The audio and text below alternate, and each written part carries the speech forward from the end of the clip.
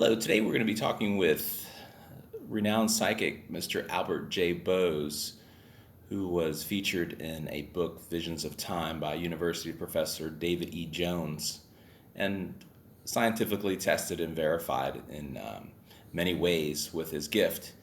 And he would like to discuss the topic of psychics and mediums today. So, Mr. Bose, go for. Hello. Thank you, John. One thing I'd like to talk about is not just mediumship and being a psychic, but there's a radical difference, and a lot of people kind of throw them all in together. A medium is a person who has a unique sensitivity to other dimensions and spirits. Now, you can recognize in the Bible that it talks about the Holy Spirit. They talk about guardian angels and that sort of thing. And that goes right along with what spiritualism believes. Now, mediums are not just mediums. Most of them are spiritualists, and that's a religion. And they have their own church, and they have their own sources of information and experience. Abraham Lincoln's wife was a spiritualist. There were a lot of famous people from England that were spiritualists and mediums. Now, a medium is a person a real medium, and I'm going to underline real, a real medium is a person that can literally make you believe there's a heaven. They can make you believe there's something after death. And that's very profound, because we all have to face that. There's nobody gets away from that. So when you go to a medium, the first thing you need to know is don't tell them anything. Don't say anything.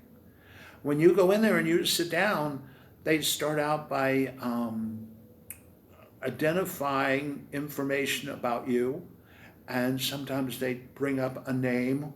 Sometimes they bring up a familiarity. That doesn't mean that that's that person's name. It may mean that this is your grandmom, or this could be a description of what the person looks like, or something that signifies, like if your grandmom owned a parrot, and the medium would start talking about the parrot and tell you the color of it. That's like trying to get you familiar without shocking you, without like running you off or making you shut down. A real medium can make you feel really content, like there's somebody out there that cares. Someone's between you and God, or you in another dimension where there's love. And this can be very profound and very helpful. Now, there are people who claim to be mediums, and they don't have much of a gift, or they didn't get very good training. And they talk about a lot of very profound generalities. Like, you're going to meet a man, he's from a state north of here. And of course, this is Florida. All states are north of here. Or, your mother loved you. Yeah, sure. Most love mother. See, that isn't a reading. That's just a lot of nonsense. Now, I've lived in a spiritualist camp, and I became an ordained minister in the spiritualist religion. So I've taught spiritualism, I've taught mediumship, and I've taught those subjects, and I'm pretty strong in that. Now, if all mediums are trying to contact a spirit loved one, and they're all thinking they're genuine, and they're all thinking they're real, some of them may get jealous, because some may be able to tell you your grandmom's name, or tell you where she lived, or all kinds of specifics. And then other ones kind of tell you what their perfume smelled like, or what they were acted like, or something. So there's a certain amount of competitiveness and or jealousy there. Now, the best way to get around that is word of mouth. Just because someone can give your sister a reading, that doesn't mean they can you. But you keep your money in your pocket, and they help you, and then you pay them, because this is their livelihood. This is how they make a living. And this is something very, very special to them. So if you go in there arguing or put up a wall, you're not going to get anything out of it. But if you go in there open-minded and say, if I'm helped, I pay her, what's a better guarantee than that? Now, if you were deciding to go to a psychic is a person who has many gifts and they have many things to say. It's important to me to find a psychic that is leaning towards God, leaning towards spirituality, leaning and learning about how to use their gift to help, to serve, not to frighten you, not to tell you something so you'll have to come back to them to get the rest of the story.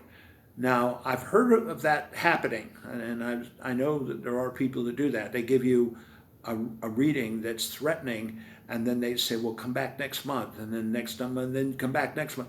To me, that's a con man, and even if they have a gift, they're a con man. So I've seen ordained ministers that were con men. I've seen nuns that were very strange. So all I can say to you is, if you're going to go to a psychic, like what I offer, is what I call a complete personal reading. And that's, when I say complete, that means you could ask about your dog, you could ask about your car, you could ask about what's buried in the ground, like in the book Visions of Time, where I told where people were buried and what sex they were and told what was inside boxes. And this is science, much like Edgar Cayce is another famous psychic that was tested and books were written about him, and he told people where oil wells were, and he helped find GI that were dead. He found people who were in trouble and helped them in their love and their health and their marriage. He was my godfather. He was basically an outline of what I've always tried to do, which is use my gift to provide information. Now, when someone gets mad at me for the information, they're yelling at a tree. It's not from me. It's what I sense. It's like if I smell perfume and you blame me for the smell of the perfume, it doesn't make sense. So when I get information that sometimes is about relationships. And when I was in Russia, because of the book Visions of Time, I was invited to Russia to practice remote viewing.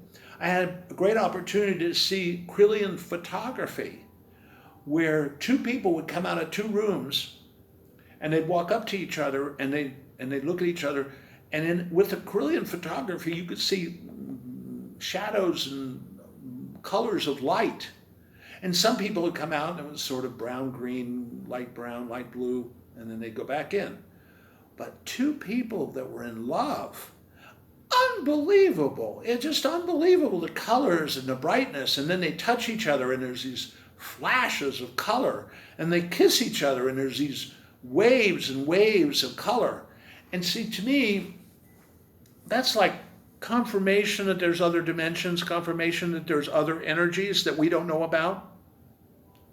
And with a real reader, someone who is tested, someone who is bona fide in believing in God and believing in good and doing the right thing, I guarantee my work. I try to meditate and focus on God as much as I can. People say, well, why don't you wear a three-piece suit? Why don't you wear a tie? It's not me. I'm a very simple man. I don't put on airs. I'm just me. I have a gift. When I was a little boy, it wasn't a gift. It was a gift that caused me to have learning disabilities. It caused me not to learn like other people. My brain doesn't work like other people. So teachers would put in the notebook and sent to the office at the end of it, he's lazy. No. I worried and got upset more than some people because I couldn't always come up with the answer. I would sense things. And after a while, I began to rely on my sensing because it was more available and more accurate and more useful than my poor old brain. So what I'm saying to you is both things can be valuable. Both things can be awesome. But you have to be the judge. If you go to a hairstylist and they ruin your hair, they might think it looks good. Your girlfriend might not, or your wife may not. See? So the thing is you've got to go in there with the idea that you want something out of it. You want to be helped.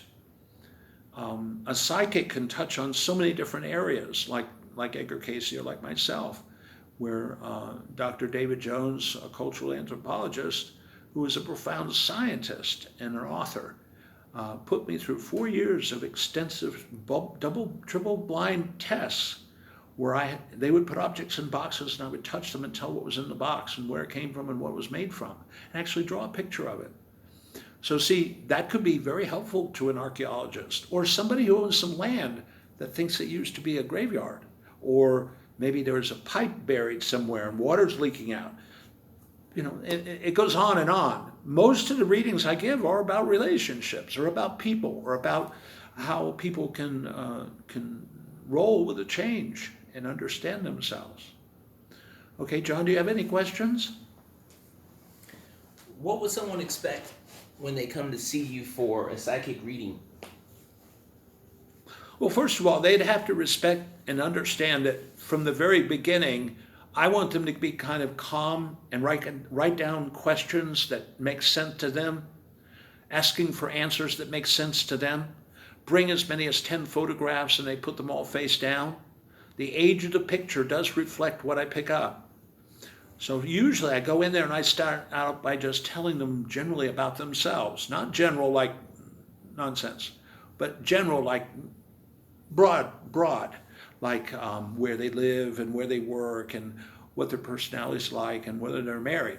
Now, I might tell them that they're washing dishes and they might laugh and they might say, no. But see, they're a nurse and they wash medical equipment. They don't work in a restaurant, but they do wash instruments. See what I mean? So you can't go, no. You have to say, oh, okay, I'll think about that. And if enough of those things come up, like I told a woman one time, I told her that the man she was married to was not her son's husband. And she said, that's not possible. Okay? I don't respond to those kind of questions unless people ask.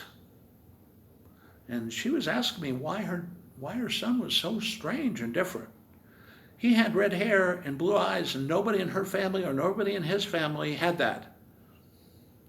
Okay? So I'm going to give her insight in how that's an advantage, what his talents are, how he's unique, how he could be of value to the world. Question? Okay, a medium can sometimes see your grandma. They can actually see your dead father. And that's very intense. It takes a lot of direction and focus to do that. Some people are scared of ghosts. But see, a ghost is an uncontrolled spirit. A ghost is a lost spirit. What a medium is attracting is not a lost spirit. They're not someone or something that's to hurt you or scare you. It's to give you a message. It's a guardian angel. It's a spirit that's following you.